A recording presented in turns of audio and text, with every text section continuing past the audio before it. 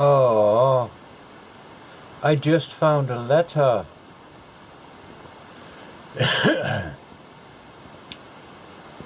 And it reads thusly: 23rd of Morning Star, 3rd era, the year 400, Castle Faallem. 2 days I was sealed within this crypt without food or water.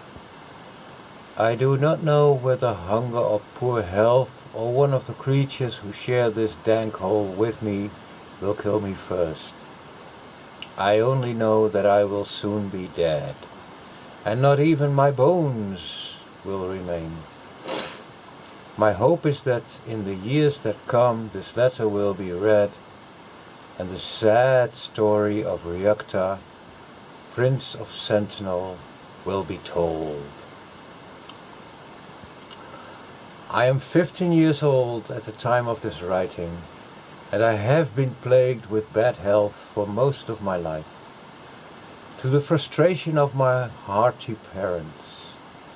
The finest healers and apothecaries in the Western Tamriel have labored over my every cough and fever, but while they could save my life time and time again, they could not improve my sickly constitution. In retrospect, I received little real affection from the king and queen, embarrassed as they were about begetting such a cripple as the heir of the kingdom. I cannot say I missed the love. I received much attention from the doctors, priests, and herbalists constantly at court. Certainly I was not to be the sort of warrior that King Cameron was, but one of my dearest friends, a priest of Stendar, said that I might be the first scholar king in the history of Sentinel. My younger sister, Aubeki, was the true favorite of my parents. Athletic, beautiful, and charming. It is hard to think of an uncomplimentary word for her. I am resigned to my imminent death, and yet I would like to see her once again. For 6 years Aubeki and I were the only children of Sentinel. Castle Sentinel, probably.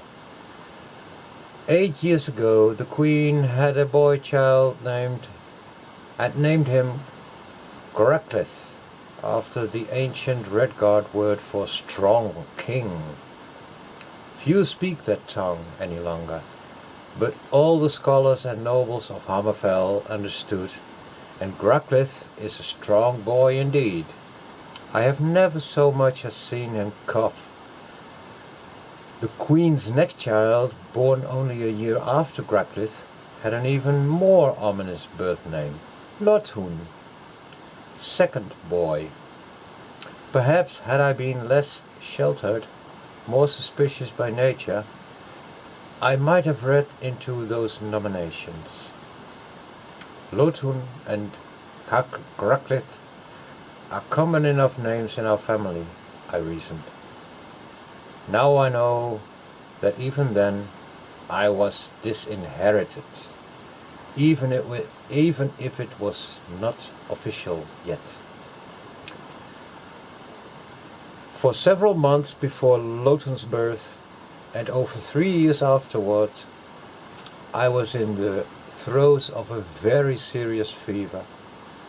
The doctors despaired of me, but somehow and very, very gradually I recovered. For the first time, at last, I read an expression on my father, the king's face, that was not indifference, it was disgust. Disgust. That was a fortnight ago. 3 nights ago I was seized by men I had never seen while I was having a walk. My nursemaid stood by, watching placidly as I was gagged and tied and thrown roughly into a sack. I do not know how long they rode with me, but I was eventually left here. When I finally freed myself from the bands, I found that I was alone. My wonders have gotten me nowhere. This place is filled with undead creatures that prevent me from finding any exit. I have no hope left, but no fear either. A few regrets. Perhaps had I studied magic instead of history and science, I could free myself of this place. One of my tutors told the story of an underking, how he had placed his life force in the body of a powerful being and had thus conquered all Tamriel long, long ago. Had I only had the strength of a more powerful body like that.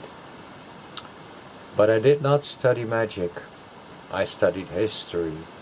So I leave this letter, not to revenge myself, but as a historic document.